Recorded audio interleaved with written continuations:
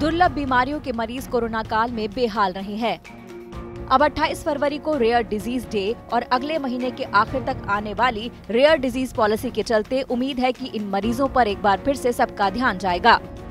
हाल ही में मुंबई में 5 महीने की तीरा सावंत की दुर्लभ बीमारी को ठीक करने के लिए लगाए जाने वाले 16 करोड़ के इंजेक्शन ने भी इन बीमारियों की तरफ सबका ध्यान खींचा है। ऐसे में जब पीएम खुद देश के हेल्थ केयर सेक्टर को मजबूत बनाने के लिए पीपीपी मॉडल की वकालत कर रहे हैं, तब इन बीमारियों के इलाज के लिए बनाई जाने वाली पॉलिसी ज्यादा महत्वपूर्ण हो जाती है।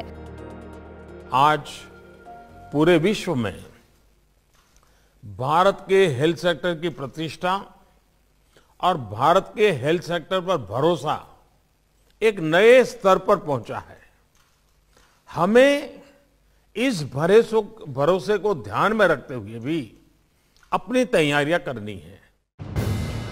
दुर्लभ बीमारियों की पॉलिसी को गंभीरता से लेने की इसलिए जरूरत है क्योंकि इसका कारोबार दिन ब दिन तेजी से बढ़ता जा रहा है।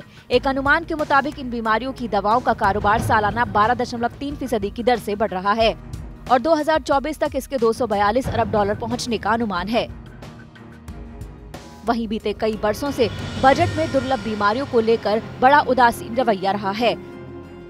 2018-19 में इन बीमारियों के लिए राष्ट्रीय आरोग्य निधि यानी कि रैन के जरिए 7.5 करोड़ रुपए आवंटित किए गए थे, जिसमें से कोई फंड रिलीज नहीं किया गया।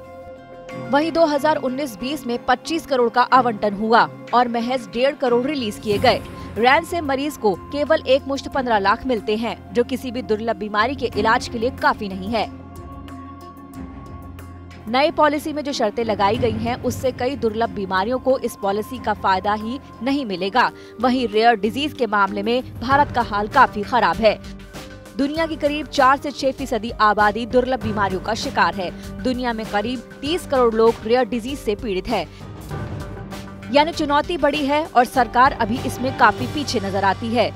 दुर्लभ बीमारियों से ग्रसित मरीजों के लिए तो ये समय बहुत ही मुश्किल रहा है। सबसे पहली बात तो ये कि जैसे दुर्लभ बीमारियों का इलाज हर जगह संभव नहीं है, तो इनको दूर दूर तक जब जाना होता है तो आपको जाने आने की सुविधाएं नहीं थी।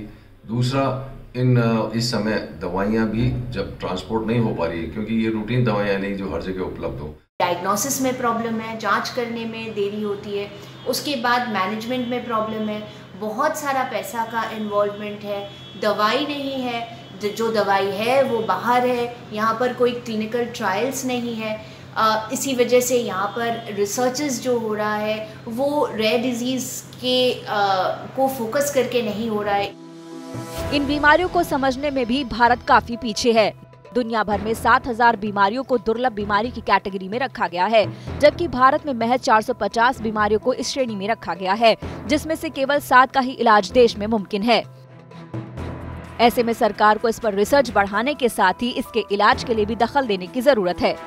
जरूरी है कि सरकार इसके ऊपर पहल करे, इस पर ध्यान दे और इसके लिए एक इफेक्टिव रेयर डिजीज पॉलिसी बनाए। एक नई पॉलिसी जो आने वाली है मार्च 2021 में, मैंने सुना है कि उसमें क्राउड फंडिंग की व्यवस्था की जा रही है।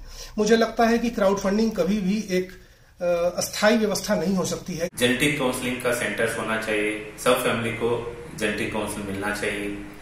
प्रीनेटल एंड पोस्टनेटल टेस्ट का जरूरी है और देश में न्यूबॉर्न स्क्रीनिंग का लागू होना और अर्ली और एक्यूरेट डायग्नोस यानी पता करना बहुत जरूरी है। सभी दुर्लभ बीमारियों का इलाज मुमकिन नहीं है। कुछ को जीवन भर के लिए दवा से ठीक रखने की कोशिश की जाती है। ऐसे में रेयर डिजीज पर ठोस पॉलिसी बनाए बगैर सरकार इससे पीड़ित लोगों के इलाज का इंतजाम नहीं कर पाएगी।